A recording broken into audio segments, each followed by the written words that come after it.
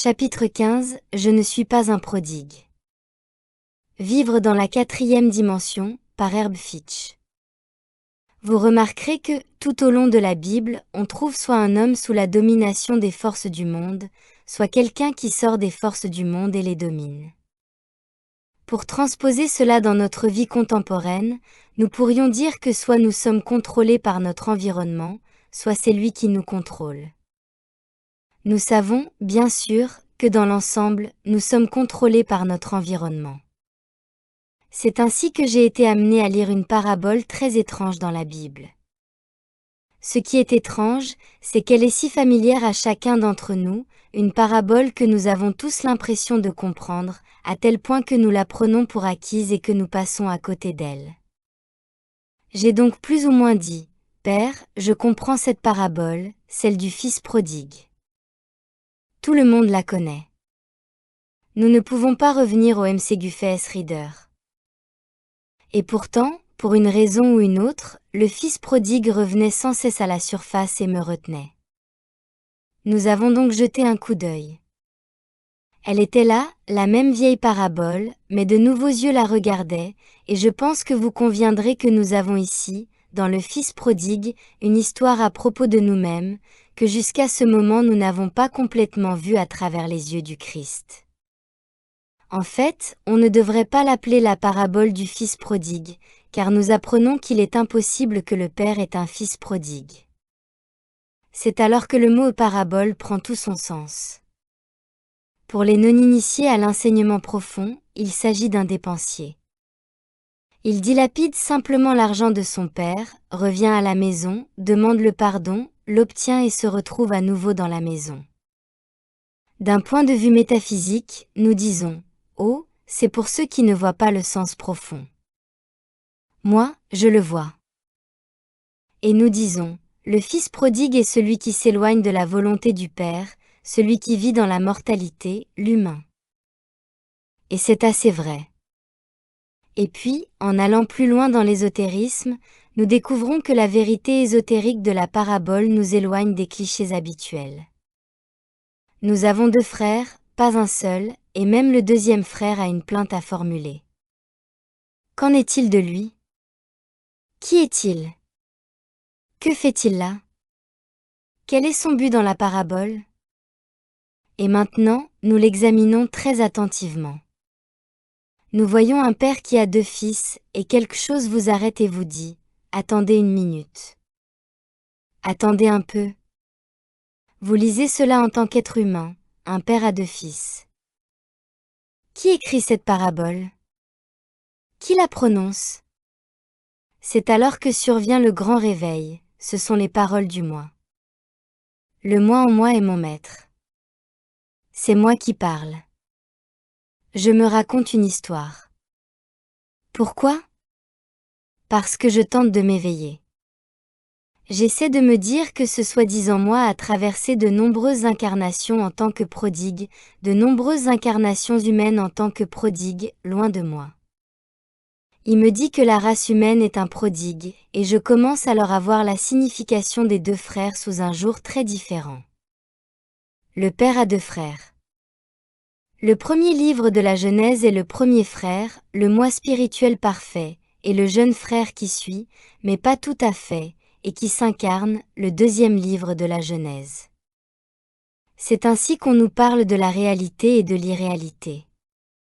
On nous parle de la manière dont l'homme accède à un second sens du soi. Certains appellent cela la nature inférieure et la nature supérieure, mais en vous y attardant, vous découvrirez qu'il s'agit d'une histoire de cause à effet et que rien de l'histoire du fils prodigue, pas même une once, ne se passe en dehors de votre propre moi. Il s'agit d'une expérience intérieure d'une personne qui se découvre, qui se tourne vers l'intérieur et qui retourne vers son propre moi. Il me dit que la race humaine est un prodigue, et je commence alors à voir la signification des 2 frères sous un jour très différent. Le père a 2 frères. Le premier livre de la Genèse est le premier frère, le moi spirituel parfait, et le jeune frère qui suit, mais pas tout à fait, et qui s'incarne, le deuxième livre de la Genèse. C'est ainsi qu'on nous parle de la réalité et de l'irréalité. On nous parle de la manière dont l'homme accède à un second sens du soi. Certains appellent cela la nature inférieure et la nature supérieure, mais en vous y attardant, vous découvrirez qu'il s'agit d'une histoire de cause à effet et que rien de l'histoire du Fils prodigue, pas même une once, ne se passe en dehors de votre propre moi. Il s'agit d'une expérience intérieure d'une personne qui se découvre, qui se tourne vers l'intérieur et qui retourne vers son propre moi. Nous voyons donc ce jeune frère se tourner vers le Père, et c'est le voyage de l'ego dans la chair. Nous disons au Père, donne-moi mon héritage. Je quitte la maison. Ainsi, au début du monde, votre incarnation, votre naissance est le début de l'expérience prodigue. Le moment où vous apparaissez dans la chair est le moment où le prodige commence. La mortalité est le début du Fils prodigue. Et maintenant, la mortalité s'éloigne de l'immortalité, et nous avons la conscience divisée, le sens du moi qui doit lutter pour gagner sa vie, le sens du moi qui doit se nourrir, le sens du moi qui n'est pas conscient du soi intérieur pressant toujours disponible. Et maintenant, nous trouvons une définition plus claire. Le fils aîné, qui reste à la maison, est le soi intérieur, et le soi extérieur est le sens humain du soi qui s'éloigne dans le pays lointain, emportant avec lui sa substance vitale. On nous dit maintenant qu'il gaspille sa substance, ce qui nous amène à la compréhension de la séparation d'avec le soi. Nous errons dans la chair, dans le sens humain des choses, dans le sens humain de ce qu'il faut faire et quand il faut le faire. Nous sommes des mortels, séparés de l'être immortel que nous sommes uniquement par l'hypnose des sens, et maintenant nous sommes divisés, séparés, inconscients de l'identité. Et nous constatons que, d'une manière ou d'une autre, le monde ne nous satisfait pas. Nous perdons de plus en plus notre substance. Nous nous éloignons de plus en plus de la réalité de notre être, et finalement les enveloppes de la matière, de la vie matérielle, nous montrent que nous avons suivi un mirage. Il y a un endroit où nous perdons toute satisfaction dans ce que le monde peut nous donner. Nous voyons à travers les guirlandes. Nous comprenons que, même si nous aspirons à un sens plus profond de la vie, la race humaine, dans sa totalité, ne peut pas évoluer plus haut qu'elle ne l'est. Il y a un endroit où l'évolution humaine ne peut aller plus loin, et c'est là. C'est à ce moment-là que le prodigue se rend compte que, chez lui, les serviteurs à gages mangent mieux que lui. Il est tellement incapable de subvenir à ses besoins qu'il a maintenant besoin d'une aide extérieure. Il trouve un citoyen et lui demande de l'aide. Au milieu du jardin d'Éden, nous marchons en ayant besoin d'aide, sans savoir où nous sommes, qui nous sommes, car nous sommes des prodigues de notre propre moi, et nous sommes mis à nourrir les porcs. Nous devons vivre dans le moi extérieur avec des moi extérieurs parce que nous ne sommes pas encore parvenus à la réalisation d'un moi intérieur avec lequel nous devons être un. Nous ne sommes même pas la moitié d'un moi, et c'est pourquoi nous voulons rentrer à la maison. La prise de conscience du désir de rentrer à la maison est le tournant. C'est le début d'un autre processus appelé involution. Nous évoluons vers l'extérieur, vers l'incarnation. Nous nous impliquons dans le retour à la maison de l'Esprit Vierge, à cet endroit que nous avons quitté par inadvertance au moment de l'incarnation, lors de notre toute première naissance humaine. Le voyage complet et total de la chair a maintenant atteint le point où nous sommes prêts à trouver le soi, et alors que nous rentrons à la maison, bien que nous soyons loin, le Père nous salue. C'est l'histoire de l'omniprésence du Père, où que vous soyez. Le soi intérieur est toujours présent, il n'est jamais absent du soi extérieur. Et dès que l'on réalise que l'on se tourne vers le soi intérieur, il n'y a plus d'endroit où aller, me voici. Le Fils revient et est accueilli à bras ouverts. On lui donne la robe. On lui donne l'anneau. On lui donne même une nouvelle paire de chaussures, et nous constatons que ces chaussures ne sont plus les chaussures des sens, dont on lui avait dit de se passer auparavant. Les chaussures des sens ont été jetées, et maintenant les chaussures de l'âme, les sens de l'âme, ont remplacé les sens du cerveau. L'homme matériel, l'homme mortel est de retour à la maison, mais il y a ce frère aîné, et il est tout à fait mécontent. Mais qu'en est-il de moi ? Je n'ai pas gaspillé mon argent. Je n'ai pas vécu dans l'opulence. Le Père dit, mon fils, tout ce que j'ai est à toi. Tu es toujours avec moi. Et nous trouvons quelque chose de très intéressant dans cette déclaration, le mélange de l'intérieur et de l'extérieur. Comme le prodigue à l'extérieur, non lié à l'intérieur, tout ce que nous faisons n'est pas ordonné. C'est une forme sans contenu, sans substance. Le frère aîné est la substance. Si vous regardez dans tout l'Orient, vous verrez beaucoup de gens assis les jambes croisées, vivant dans l'autosatisfaction d'un moi intérieur. Quelle gloire d'être perdus dans les grottes. Ils peuvent alors se lever et partir avec des rhumatismes, de l'arthrite, toutes sortes de maladies physiques parce qu'ils sont le frère aîné, rancunier envers le frère cadet. Ils ne veulent pas faire partie du monde extérieur, pas plus que le frère extérieur, le frère cadet, ne voulait faire partie du monde intérieur. C'est pourquoi le Père dit, tu dois te contenter, non seulement de ton niveau de soi en tant qu'esprit, mais tu dois te manifester. Tout comme le frère extérieur était un prodigue, le frère intérieur l'est aussi, car vous devez manifester spirituellement l'image divine. Le contenu, la substance du frère intérieur, doit être marié à la forme du frère extérieur. L'extérieur et l'intérieur doivent devenir un, de sorte que la forme de l'extérieur reçoive la substance de l'intérieur, de sorte que la substance de l'intérieur prenne forme dans l'extérieur.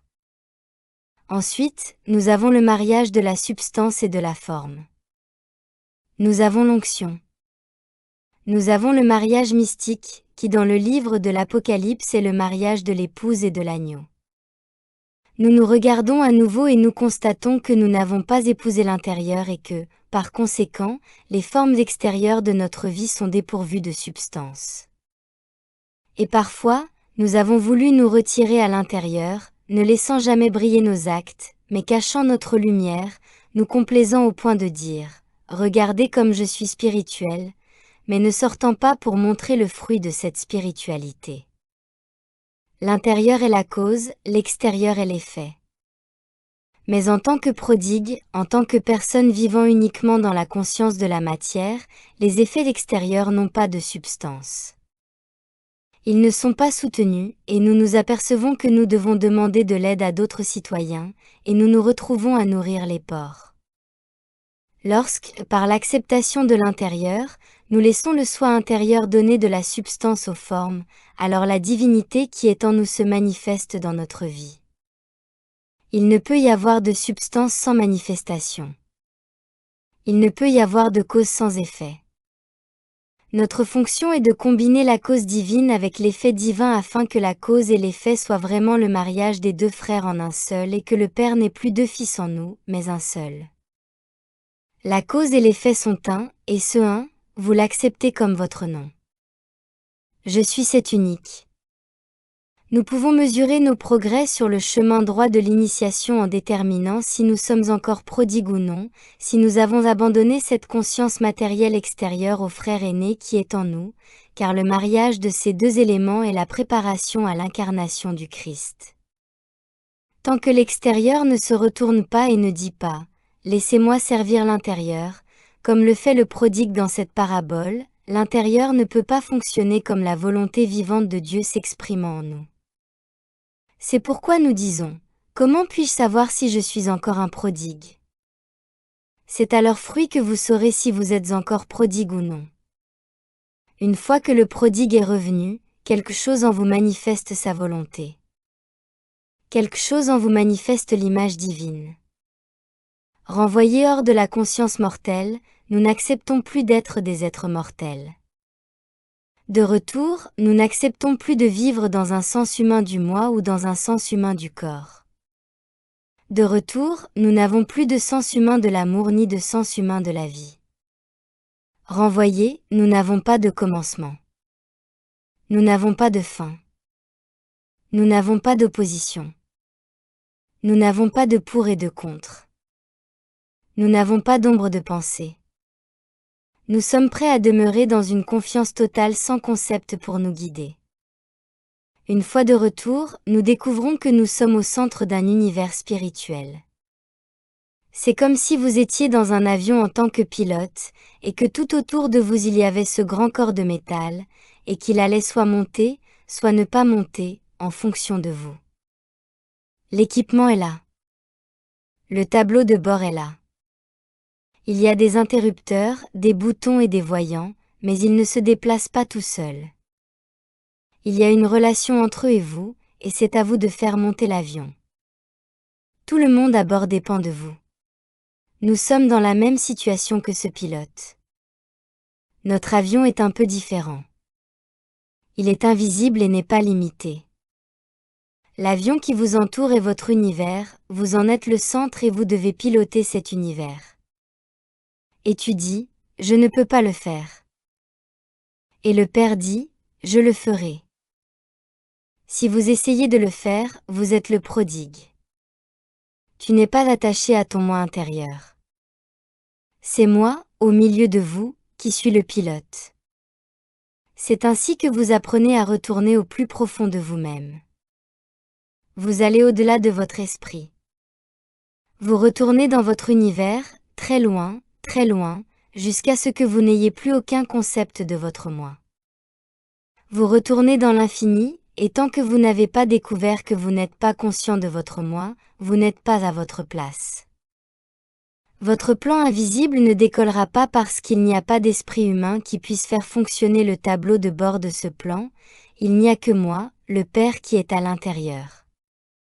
Si vous voulez que votre univers soit une expérience spirituelle en Dieu, vous devez vous marier avec le frère aîné qui est en vous. C'est pourquoi nous ne sommes pas dans cette forme pour le moment. Nous tendons vers le passé jusqu'à ce que nous en soyons sortis, nous ne sommes pas dans ce sens de l'esprit humain. Nous tendons la main jusqu'à ce que nous en soyons sortis. Jusqu'à ce que nous ayons le sentiment qu'il n'y a pas de personne présente, qu'il n'y a pas de penseur humain présent, je retourne en arrière. Tout ce qui est présent est un univers spirituel. Cet univers spirituel est votre identité. C'est votre moi infini. C'est alors que vous saurez que vous n'êtes pas un prodigue. Et maintenant, dans votre moi infini, vous ne vivez que de la révélation divine. Vous êtes entièrement nourri par l'infini, soutenu, entretenu, et chaque qualité de l'infini se trouve là où vous êtes. C'est ainsi que vous savez si vous êtes encore dans une parabole ou si vous avez atteint le soi. Ensuite, par vos fruits, par l'expression intérieure qui se manifeste à l'extérieur, vous pouvez voir à quel point l'ego a progressé depuis le sens de la chair jusqu'à la réalisation que moi, l'esprit, je me tiens devant le monde. Moi, esprit, je n'ai jamais habité un être mortel. Moi, esprit, je n'ai pas besoin d'un être humain comme instrument pour mon travail. Moi, esprit, je ne fonctionne pas à travers les êtres humains. Moi, esprit, je ne fonctionne pas dans un prodigue. Le prodigue est ce sentiment de soi qui n'a jamais existé. Seul moi est présent, seul le Père est présent. Si vous restez là, en tant qu'être humain, à essayer de revenir à la maison, vous êtes toujours en état d'hypnose. L'Esprit de Dieu n'a jamais quitté Dieu. Le Fils de Dieu n'a jamais quitté la maison. Il n'y a jamais eu de prodigue. Il y a eu un moi que nous avons accepté, qui n'a jamais existé, et tant que ce moi a une trace, ou même un souvenir persistant, vous êtes toujours sous l'hypnose d'un second sens du moi et vous vivez dans la séparation. Je n'ai jamais été un prodigue.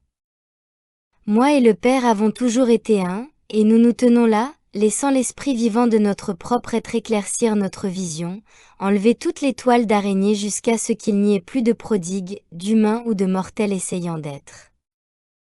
Il y a simplement l'être lui-même. Vous prenez conscience de l'invisible rayonnant qui vous entoure en tant qu'être. Je suis l'invisible rayonnant. Je suis le soi. Je suis l'un. Il n'y a jamais eu deux personnes dans la maison de mon Père. L'illusion de la division disparaît. Vous avez réellement soustrait ce qui n'est pas, et ce faisant, vous avez multiplié le Seigneur. Vous multipliez par soustraction. En enlevant le voile de l'illusion, vous vous multipliez. Et maintenant, dès que vous perdez cette identité, vous retombez dans la prodigalité. Vous retournez à l'illusion de la mortalité et de la séparation et vous vous ouvrez au bien et au mal. Le sens extérieur de soi, qui vit dans le monde, est divorcé du sens intérieur de soi, qui vit dans le Père. Et c'est dans ce divorce intérieur que nous trouvons la cause d'une grande partie du divorce extérieur qui a lieu dans ce monde. Un individu, séparé à l'intérieur, découvrira qu'une séparation extérieure se produit. Un jour, il se lève et part, ou elle se lève et part, et il se demande pourquoi. Et si vous regardez à l'intérieur, vous découvrirez qu'à l'intérieur d'eux-mêmes ils sont séparés, et la séparation intérieure s'extériorise en tant que séparation extérieure. Toujours, lorsqu'il y a un nain à l'intérieur, vous constatez que l'unité est éternelle. Vous pouvez dire que vous avez été un à l'intérieur. Vous êtes alors complet et vous comprenez la signification des paroles du Maître aux disciples. Nous ferons de ma mère un homme. Nous constatons que le fils aîné est le mâle. Le fils cadet est la femme. Ce sont les deux aspects d'un individu, le masculin et le féminin. Lorsque vous entrez dans la matière, vous êtes dans le féminin, le négatif, et il y a toujours ce besoin du négatif de trouver le positif, du féminin de trouver le masculin. Il y a cette grande impulsion, comme la gravité, qui pousse les deux à ne faire qu'un. Mais l'inconscience de ce que c'est nous fait devenir un de bien d'autres façons que l'objectif derrière l'activité extérieure de l'unité physique. Négatif, la cause et l'effet. Les deux qui doivent devenir un, sont à l'intérieur de notre propre être, et lorsque cela est fait, nous sommes comblés. Cela ne peut jamais se faire entre deux êtres humains. Chacun doit unir le masculin et le féminin en lui. Le positif et le négatif doivent ne faire qu'un. Le frère aîné et le frère cadet doivent devenir un en vous, en moi, en elle, en lui. C'est alors que nous sommes un être à part entière. Nous pouvons alors voir que l'un, comme Jésus qui est devenu un, ne cherche plus un autre un à l'extérieur de sa personne. Nous trouvons Ève sortant de la côte d'Adam. C'est la manière symbolique de nous dire que l'un est maintenant, au sens humain des choses, devenu deux. C'est la division du frère aîné et du frère cadet. Ève doit retourner dans la côte d'Adam et devenir une en chacun de nous. Vous trouverez cela dans un passage que je n'ai pas expliqué dans l'Apocalypse. Lorsque Jésus revient en tant que Christ, rencontrant ses disciples dans les cieux, il est dit qu'il est ceint d'une ceinture d'or au niveau des reins et des papilles. Cela signifie qu'il est devenu à la fois homme et femme un. C'est cette nécessité de l'intégrité des éléments masculins et féminins de chaque individu qui est à l'origine de la plupart des circonstances inhabituelles que nous observons dans notre monde extérieur. Le fait de ne pas en avoir conscience nous pousse à condamner. La méconnaissance de ce phénomène nous fait ignorer qu'il doit se produire au sein de notre soi, que les deux, l'intérieur et l'extérieur, le positif et le négatif, la cause et l'effet, le supérieur et l'inférieur, l'invisible et le visible, l'infini et le fini, en fin de compte, ne font plus qu'un en nous, et que nous sommes mariés à l'agneau. Alors je suis, et pourtant avant que tout cela n'arrive, je suis. Avant qu'Abraham ne soit, je suis, mais finalement l'acceptation, la réalisation, la dissolution de la fausse personnalité, qui ne sait pas que je suis, et Marie est faite homme, ce qui signifie entier, complet, un en soi, ne dépendant pas d'un second moi extérieur. Lorsque deux moi extérieurs deviennent complets en eux-mêmes, il n'y a pas de divorce, pour la simple raison qu'ils sont déjà unis dans l'esprit. Toujours dans notre moi extérieur, qui n'est jamais complet, se mêlant à d'autres moi extérieurs qui ne sont pas complets, nous trouvons tout décentré. Notre environnement nous contrôle alors. Nous n'avons pas d'autres armes contre lui que des armes humaines. Nous rencontrons tout au niveau de l'effet. Nous ne vivons pas dans la cause. Nous sommes donc dans des formes qui n'ont pas de contenu, une coquille parmi d'autres. C'est le niveau de la religion exotérique. L'expérience humaine complète est l'inconscience de ce mariage mystique. Ce sont des fragments de nous-mêmes qui essaient de trouver l'accomplissement là où il ne peut être découvert. Maintenant, votre dépendance cesse d'être à l'égard de quelqu'un d'autre, parce qu'aucune autre personne ne peut unir la plénitude de votre être pour vous. Cela peut sembler être le cas, mais c'est alors que nous découvrons ce que le prodigue a découvert, à savoir qu'il avait suivi un mirage. Il avait gaspillé sa substance en s'en détournant sans le savoir. Vivre dans la cause est donc la voie mystique.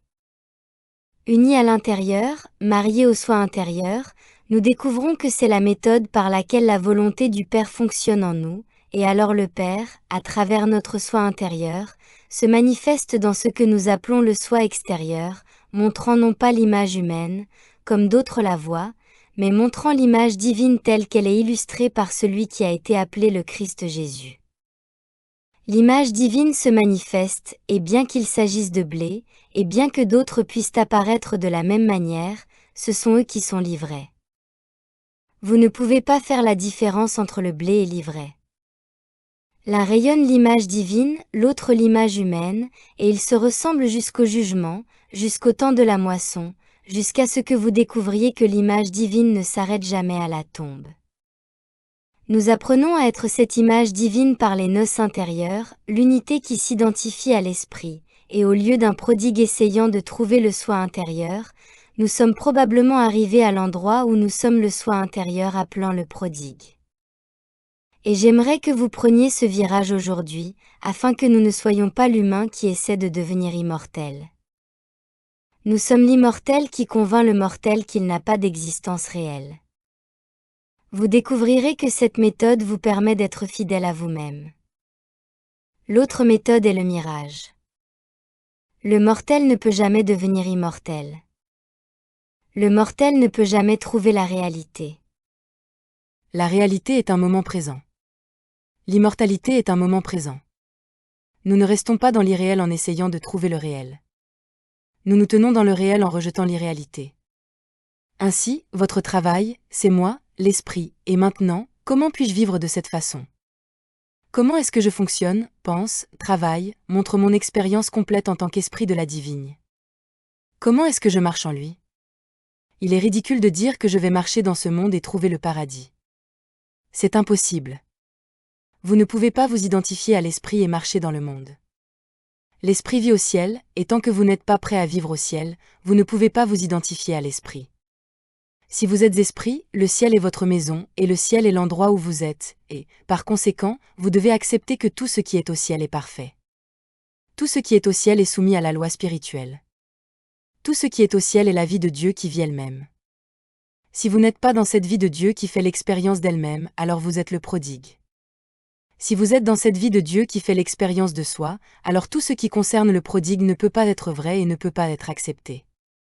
Moi, l'esprit, je dois maintenant me déplacer et avoir mon être dans l'esprit de l'être partout. Vous ne pouvez pas avoir un voisin mortel et vous appeler esprit. Vous ne pouvez pas avoir de problème dans votre vie et vous appeler esprit. Vous ne pouvez pas avoir une forme physique et vous appeler esprit, pas plus que vous ne pouvez avoir une forme physique et être libre du karma de la forme physique. Soit l'ego a finalement quitté le concept de la chair et a voyagé à travers les incarnations jusqu'au point où vous voyez l'illusion de cet ego, soit vous vivez toujours dans l'ego. Et pour vous, la parabole du prodigue n'est pas le MCGUFS Reader. C'est toujours un fait de l'existence mortelle. Vous êtes soit en dehors, soit dedans. Ce monde s'ouvre à un endroit et vous rend visible en tant que personne physique. Le monde appelle cela votre naissance. Ce n'est pas le cas. C'est le monde invisible rendu visible à l'endroit où vous vous trouvez. Autour de vous, il y a les fondements d'un univers, et c'est votre moi, mais c'est votre moi mortel. L'univers mortel autour de votre chair mortelle est votre moi mortel, et lorsque vous sortez de cette croyance, en acceptant votre moi spirituel, alors autour de vous se trouve l'univers spirituel, et c'est votre moi, tout cela. Aucune partie de cet univers n'est autre que vous. La fidélité à cet univers spirituel est le contraire de la prodigalité. C'est ainsi que vous pouvez enfin faire décoller votre avion. Tous ces tableaux de bord de la pensée n'existent plus. L'esprit vit là où il n'y a pas de prodigue. L'esprit vit là où il n'y a pas de second moi. Vous remontez si loin dans le soi qu'il n'y a plus que le soi pour vivre lui-même, et vous apprenez à faire confiance à l'infini invisible pour être son propre soi parfait partout où vous êtes concerné. L'avion s'élève dans les airs sans que vous ne touchiez aucun des instruments matériels qui vous entourent. L'esprit domine l'air, la terre et la mer. Pourquoi ?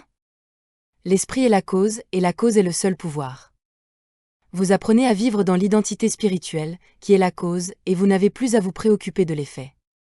Vous n'avez jamais à nourrir les porcs. Vous n'avez jamais besoin de vous adresser à un être extérieur pour obtenir votre subsistance. L'esprit vit lui-même dans votre identification spirituelle. Votre avion est votre univers. Il vole toujours bien. Il se déplace toujours à travers lui-même. Vous le laissez toujours se contrôler. Vous n'êtes plus dans et sous la domination de votre environnement, car votre environnement est le soi de Dieu. La parabole du prodigue a une autre signification. Ce n'est pas seulement une parabole pour enseigner l'esprit littéral de l'homme, ainsi que ceux qui sont prêts à aller plus haut. Il y a des aspects de la parabole qui enseignent l'extérieur de vous et l'intérieur de vous, et l'aspect qui enseigne l'intérieur de vous enseigne le fils aîné en vous, enseignant au fils aîné en vous qu'il doit montrer les actes de l'esprit afin d'être un fils digne de ce nom. Il enseigne au fils aîné qui est en vous la fidélité, la sincérité, la confiance en la perfection omniprésente du Père, en dépit de ce qui peut apparaître à l'extérieur. Il n'y a pas de prodigue, l'un à l'intérieur et l'autre à l'extérieur. Il n'y a qu'un seul fils réalisé, et le mâle et la femelle que vous êtes sont maintenant réunis en un seul être. La forme ne vous trompe plus par son apparence. Nous avons maintenant Dieu le Père, Dieu le Fils et le Saint-Esprit. Joël nous donne un moyen parfait de comprendre cela. Il dit de prendre le chiffre 1, le nombre 1, et de voir que, premièrement, derrière le chiffre invisible, il y a l'invisible, et c'est Dieu le Père. Voyez maintenant le numéro invisible, c'est-à-dire Dieu le Fils, et voyez maintenant que ce numéro invisible, Dieu le Fils, est maintenu par l'activité invisible du Père, qui est le Saint-Esprit. Entre le Fils et le Père se trouve le Saint-Esprit qui maintient le Fils, et nous qui acceptons que je suis Esprit, nous apprenons que le Saint-Esprit maintient mon apparence en tant qu'Esprit. Je ne cherche pas l'extérieur. Moi et le Père sommes un par le Saint-Esprit. C'est pourquoi je suis le Saint-Esprit et je suis le Père. Tu me vois, tu vois le Père. Je ne suis plus un prodigue errant dans le lointain pays de la mortalité, gaspillant ma substance divine par ignorance, par infidélité, en dépendant des circonstances extérieures, en laissant l'environnement me contrôler. Je suis mon environnement. Et la domination donnée dans la Genèse n'est réalisée, acceptée et vécue que parce que moi, l'Esprit, je suis accepté avec une fidélité totale. C'est la préparation à la transition. Toute notre expérience sur Terre, au cours de cette période terrestre, consiste à atteindre cette unité de conscience.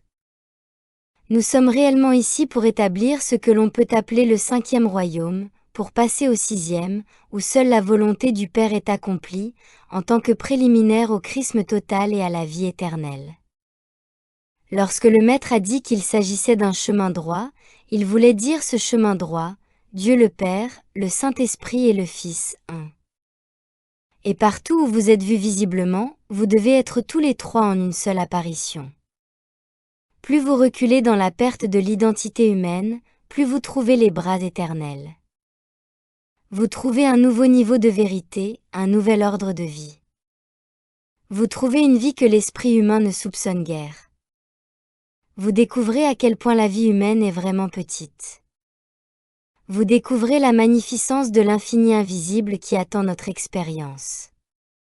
Dieu cesse d'être un nom. Les mots et amour et avide cessent d'être des noms. Nous entrons dans le nouvel ordre de l'expérience. Nous ne sommes plus des métaphysiciens. Nous vivons l'expérience de Dieu. Nous vivons la vie. Nous trouvons le sens d'un Dieu vivant, et le mot et Dieu se transforme en quelque chose d'autre. Ce n'est plus un mot. Ce n'est plus un concept mental, une idée mortelle. Dieu commence à être la vie qui se vit pleinement, joyeusement, avec allégresse, avec exultation, parce qu'elle est sans contraire. Il est le royaume de la pure perfection en toutes choses. L'éternité devient la réalité. L'infini devient le terrain de jeu. Nous entrons dans un lieu différent, un temps différent, un espace différent. Nous sortons de la vie illusoire. Nous entrons dans la réalité. Maintenant, cette expérience goûtée, vécue, nous ouvre à la signification du vrai pain de la vie. Nous comprenons pourquoi nous sommes allés si loin. Les nouveaux cieux et la nouvelle terre sont une expérience à laquelle on accède bien avant la transition. Cela devient une réalité immédiate.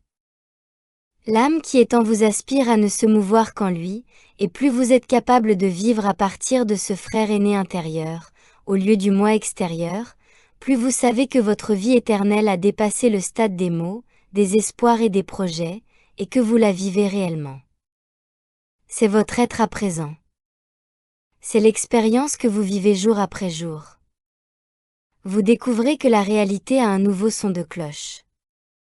Vous découvrez le sens de l'expression « lève ton épée ».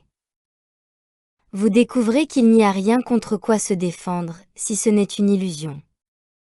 Ce sont là quelques-unes des choses qui vous disent que le prodigue est mort et crucifié. Nous nous fixons donc comme objectif de vivre dans la cause des choses, plutôt que dans leurs effets, et cela devient une véritable discipline, un véritable défi à relever, car c'est la seule façon de contrôler l'environnement. La cause est la substance invisible et spirituelle, de sorte que tout ce qui vient à vous doit être vu jusqu'à sa substance d'origine.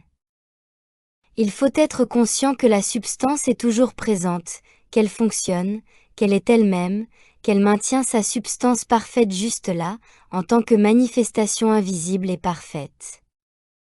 Et bien que l'apparence puisse être différente, la cause est là, et la cause étant parfaite, sa forme doit être parfaite, et en vivant dans cette connaissance de la présence de la cause, vous vivez dans la connaissance de la présence d'une manifestation parfaite. Vous tissez votre vêtement d'une seule pièce, votre vêtement de mariage. Dès que vous sortez de la cause, vous vous retrouvez dans la loi karmique, la cause spirituelle, et cela vous maintient sur vos gardes, spirituellement alerte, vigilant. C'est ainsi que vos lampes sont toujours allumées. Vous constaterez que vous prenez le contrôle de votre environnement. Il s'extériorise au niveau de votre conscience de la cause spirituelle. L'Écriture nous a atteints au point de nous faire comprendre que lorsque nous nous défendons contre quoi que ce soit, nous vivons dans les faits, alors que lorsque nous vivons dans la cause, cet effet n'a plus besoin d'être défendu. Vous pouvez le faire les yeux fermés ou ouverts. Vivre dans l'esprit signifie vivre dans la cause et voir les choses ajoutées qui s'ensuivent. Vous entrez dans une pièce, conscient de la présence de la cause spirituelle. Tout ce que vous voyez à l'extérieur, vous l'approchez depuis le niveau de la cause spirituelle. Tout ce que vous prenez en vous, vous le prenez au niveau de la cause spirituelle, de sorte que le trafic qui sort de vous est esprit, le trafic qui entre en vous est esprit. Vous vivez dans la conscience de l'esprit en tant qu'unique présence. Seul Dieu est là, et seul Dieu est ici. Il n'y a donc rien à améliorer ou à corriger, si ce n'est d'être révélé à nouveau. Vous ne domptez pas la tempête. Vous révélez mon présent. La raison pour laquelle nous en arrivons à vivre dans le je suis, cet esprit, c'est que c'est la seule façon de ne pas être dans la dualité. C'est la seule façon de ne pas être dans les faits. C'est la seule façon de ne pas être dans le karma, la seule façon de ne pas être un deuxième moi. Vous allez devoir pratiquer cela au cours des 6 prochains mois, jusqu'à ce que, au lieu de guérir quelqu'un, au lieu d'améliorer quelqu'un, au lieu d'améliorer n'importe quelle situation que vous avez, vous vous teniez sur le terrain élevé de l'identité spirituelle, sachant que c'est la cause infinie, qui ne peut causer qu'un effet infini et parfait. Et il n'y a rien d'autre à faire pour vous que de demeurer avec confiance et patience dans cette connaissance, et alors vous êtes dans l'un sans opposé, et vous ne ferez pas l'expérience de l'opposé. Ce qui n'est pas dans votre conscience ne s'extériorisera pas, et si des oppositions existent dans votre monde extérieur, elles seront dissoutes lorsque votre conscience se sera élevée au-dessus de la conscience des oppositions pour devenir moi, l'esprit. Elle devient de plus en plus étroite, jusqu'au néant, avant de s'élargir et de devenir l'arbre à moutarde avec des branches dans lesquelles les oiseaux, les pensées divines, les impulsions divines viennent vous apporter le pain divin. La petite graine grandit.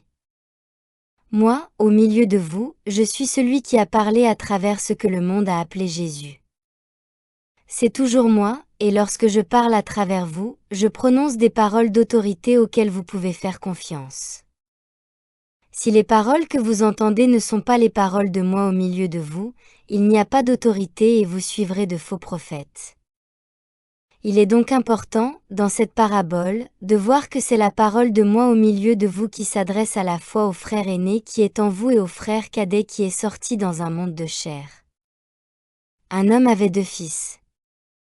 Ces 2 composantes vous sont présentées au début de la Bible, au début de la parabole, votre intérieur et votre extérieur, et l'extérieur doit prendre conscience qu'il y a un intérieur. Le plus jeune d'entre eux, c'est-à-dire l'extérieur, dit au Père, « Père, donne-moi la part des biens qui m'échoient. » Et il les partagea entre ses vivants. La division, la croyance que vous avez une part de quoi que ce soit, est ici démontrée comme étant fausse. Vous ne pouvez pas avoir de part.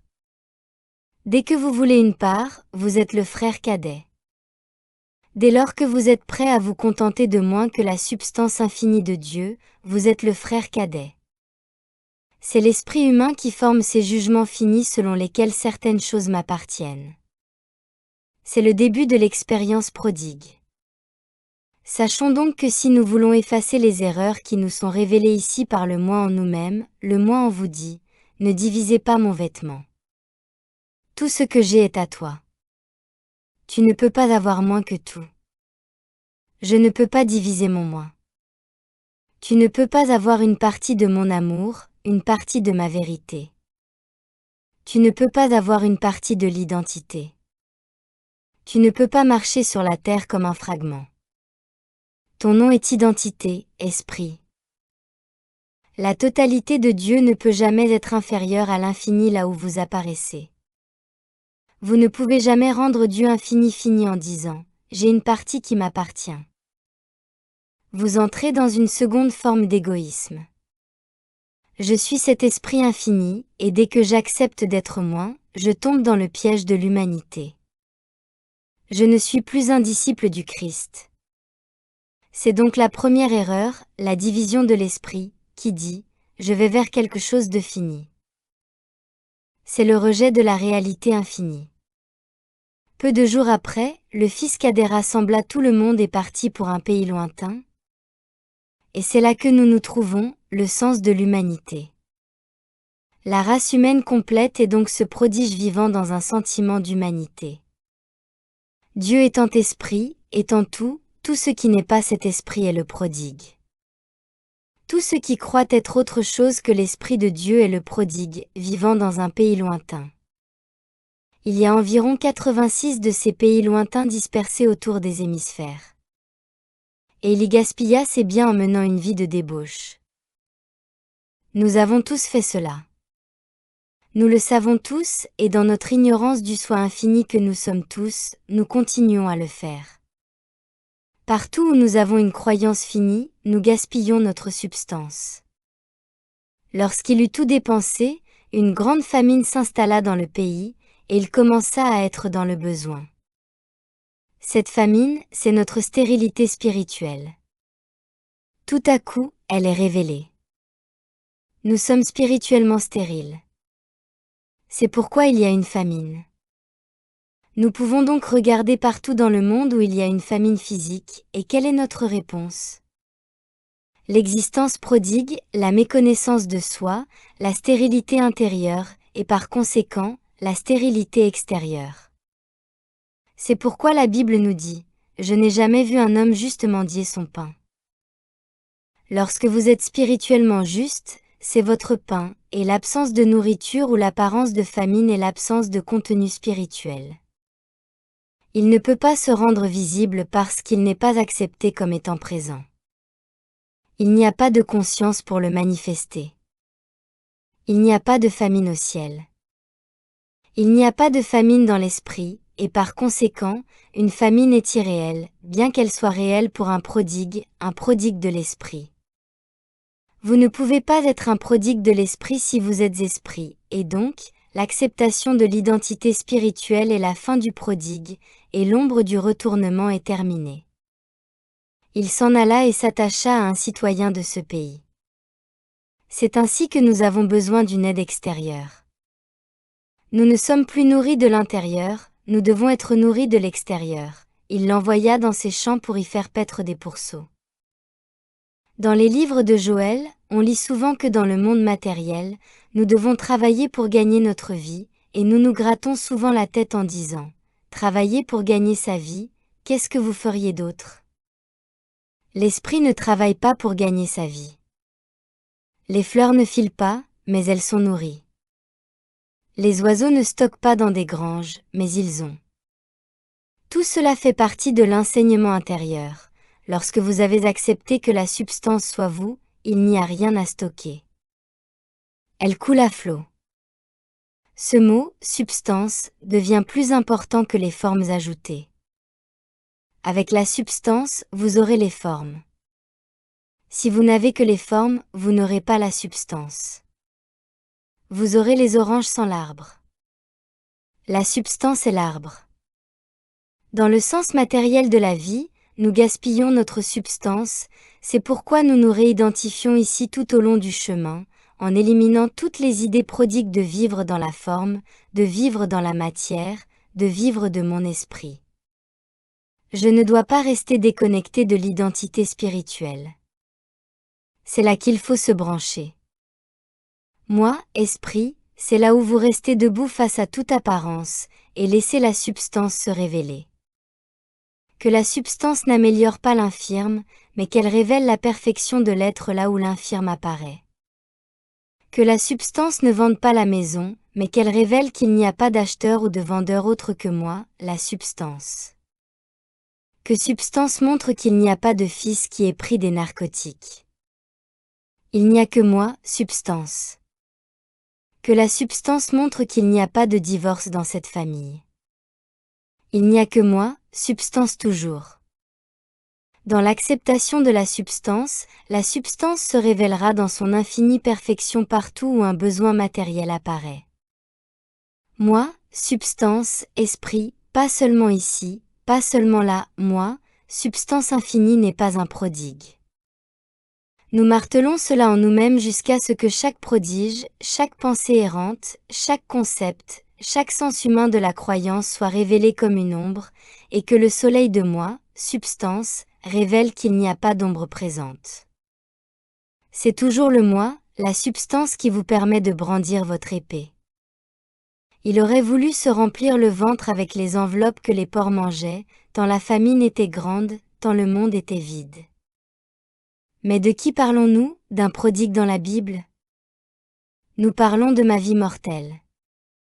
Que va-t-elle nous apporter? Vous savez ce qu'elle nous apporte, un mirage de succès, un mirage de ceci et un mirage de cela sans substance. Pourquoi? Parce que c'est périssable. Moralement, vous ne pouvez rien réussir qui soit impérissable. Mortellement, vos réalisations complètes sont périssables, et c'est l'enveloppe. Elle a l'air si belle jusqu'à ce que vous la saisissiez et la teniez, et que vous découvriez qu'elle n'existe plus. L'illusion de la mortalité sans substance devient une enveloppe, et nous sommes complètement affamés à l'intérieur parce que nous sommes sans notre substance.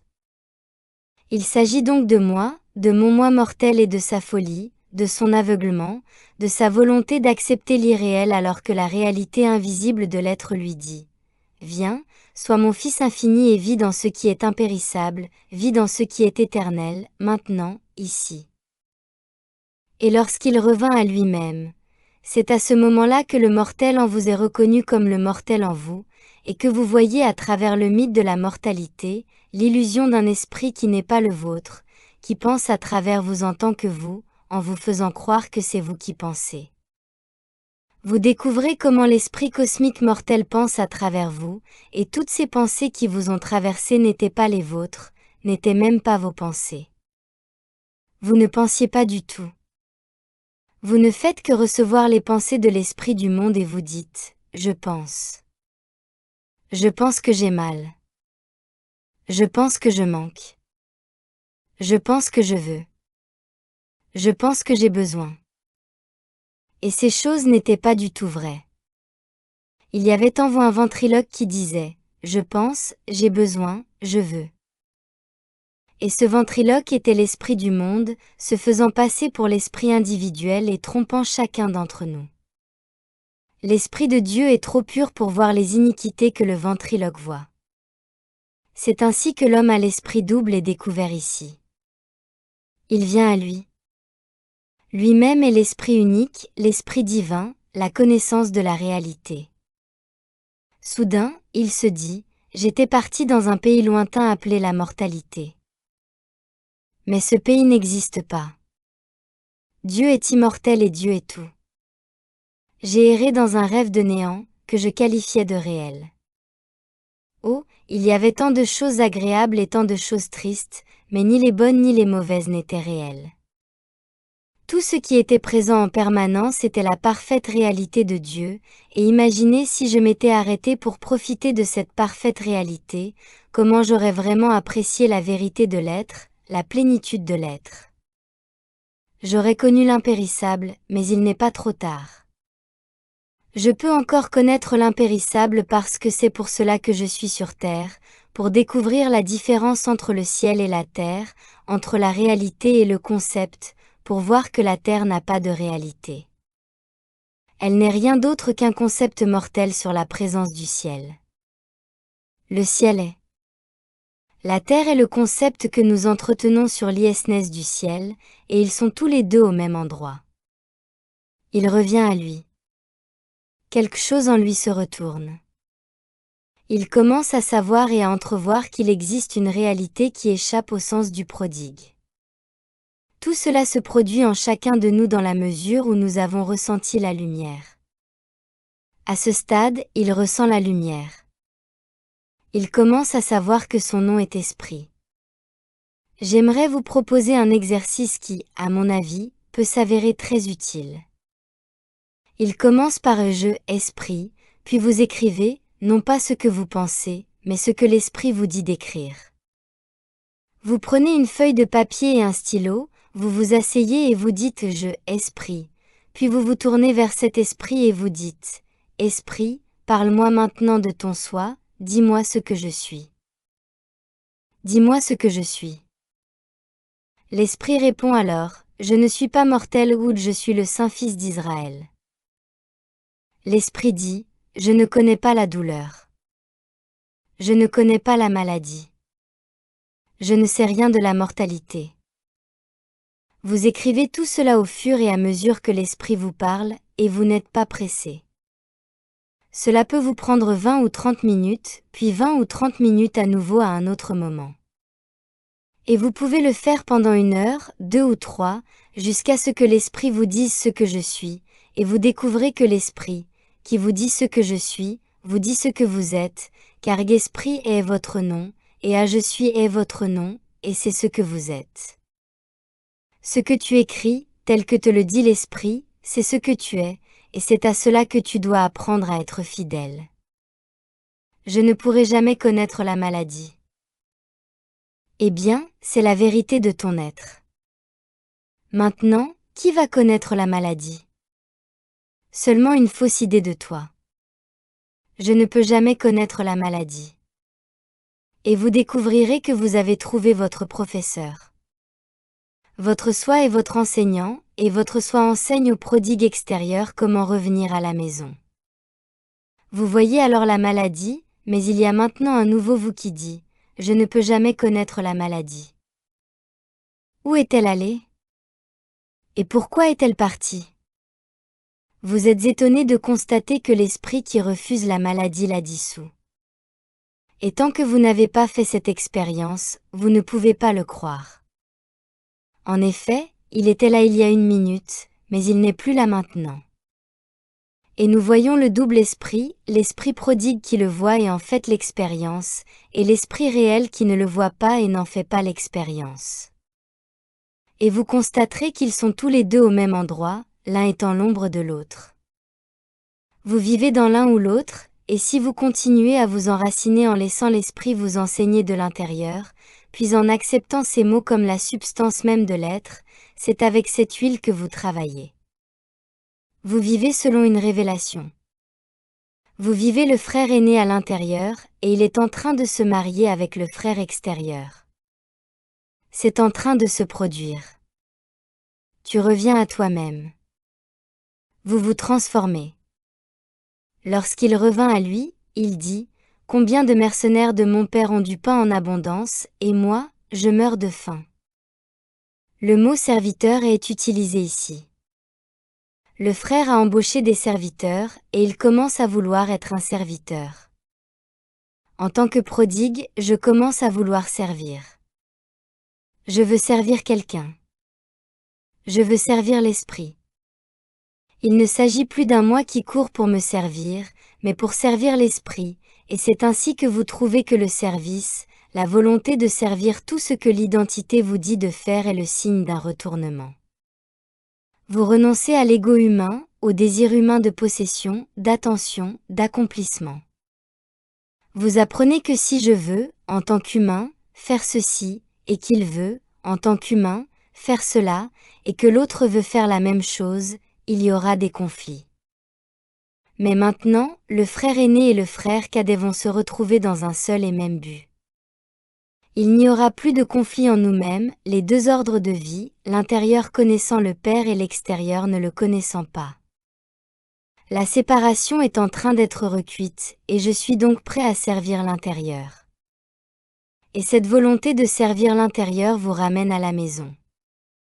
Tout au long de l'enseignement, vous trouverez le maître qui vous dira, « Si vous m'aimez, servez mes brebis, nourrissez mes brebis, aimez mes brebis. Si tu m'aimes, nourris mes brebis. » Servez votre prochain. Comment?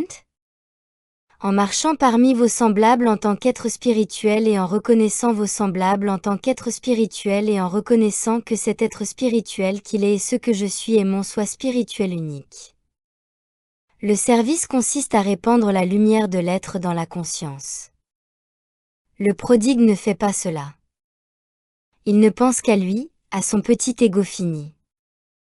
Le retournement est la connaissance que je vais répandre ma lumière, la laisser briller, marcher parmi les pécheurs, marcher parmi les publicains, marcher parmi les buveurs de vin, marcher parmi les parias. Laissez les pharisiens s'en prendre à vous.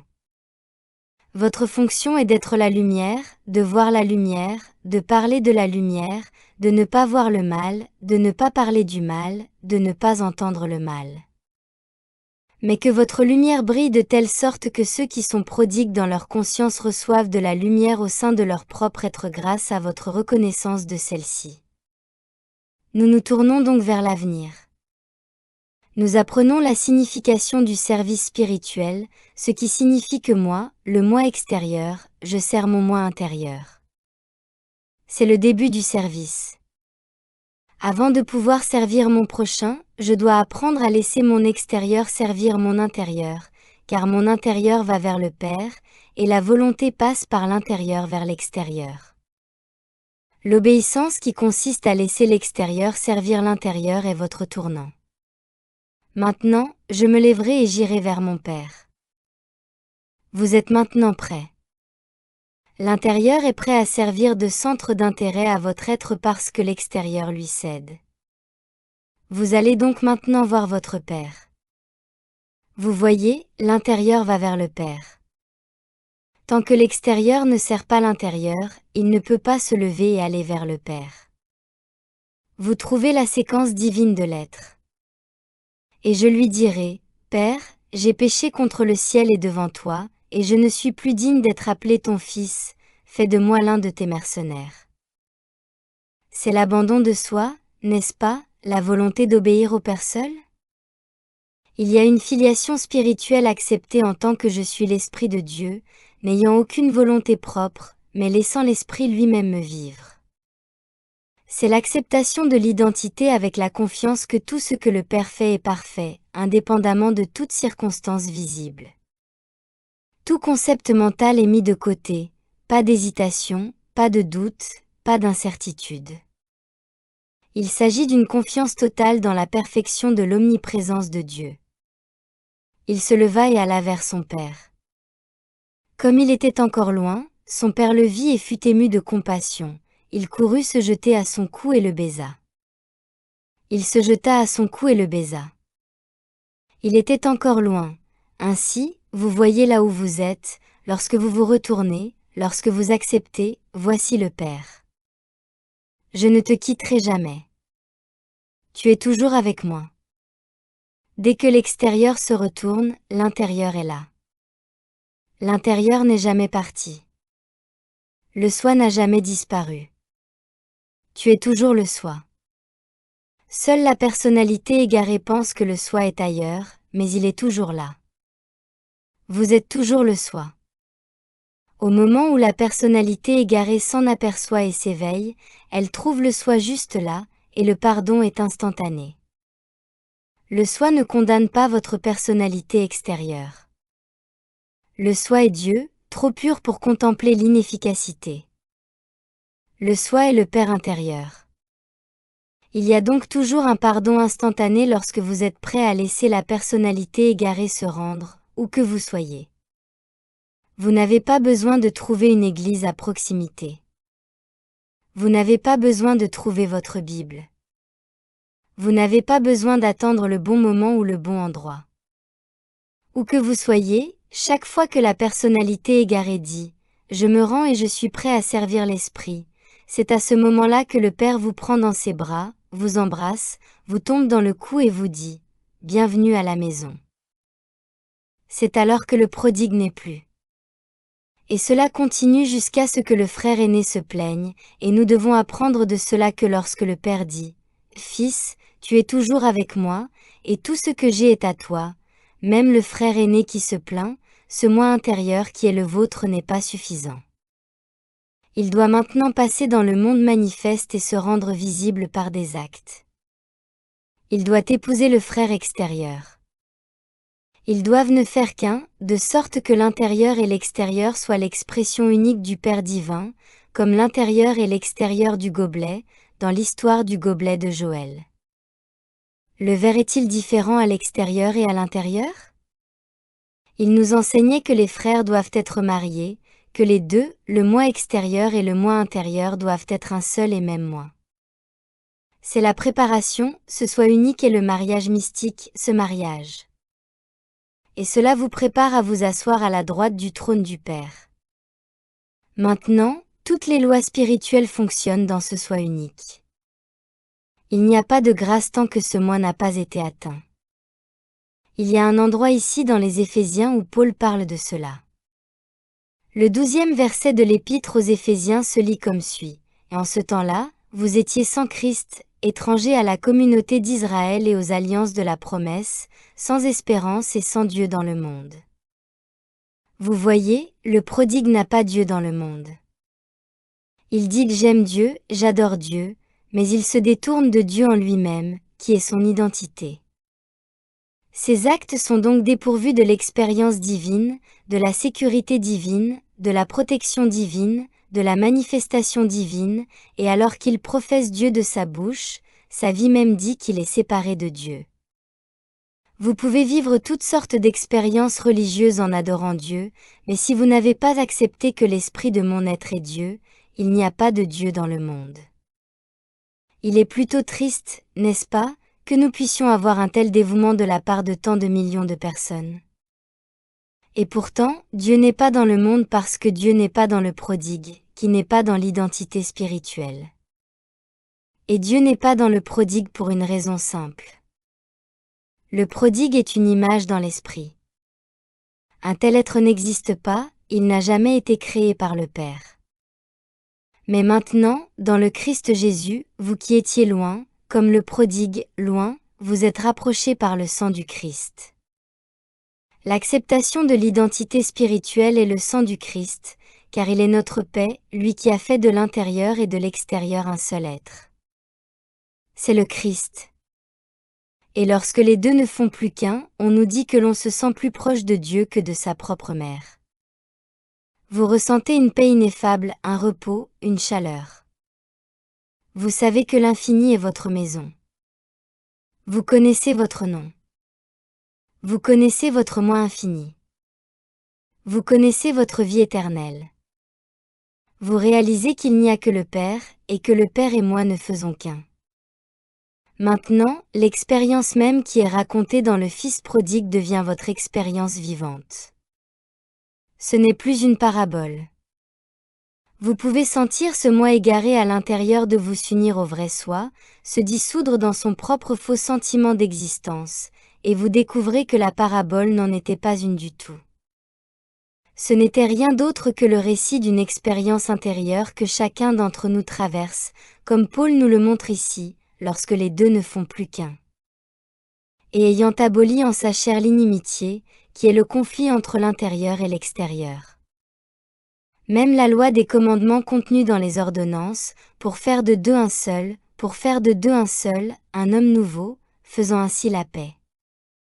Et c'est ce que nous vivons, faire de deux un seul homme nouveau pour trouver cette paix qui dépasse l'entendement humain. Paul a bien connu l'expérience du prodigue. À bien des égards, plus vous parviendrez à lire ces paraboles dans votre conscience, plus vous découvrirez qu'elles sont en réalité des expressions verbales extérieures d'une expérience intérieure profonde. Vous pouvez parler du levain et de ses 3 degrés, mais vous devez passer par l'esprit, le corps et l'âme avant que cela ne devienne une expérience. Vous pouvez parler du blé et de l'ivraie comme d'une parabole, mais vous devez passer par l'expérience de l'ivraie de l'expérience humaine qui est remplacée par le pur blé de l'illumination divine.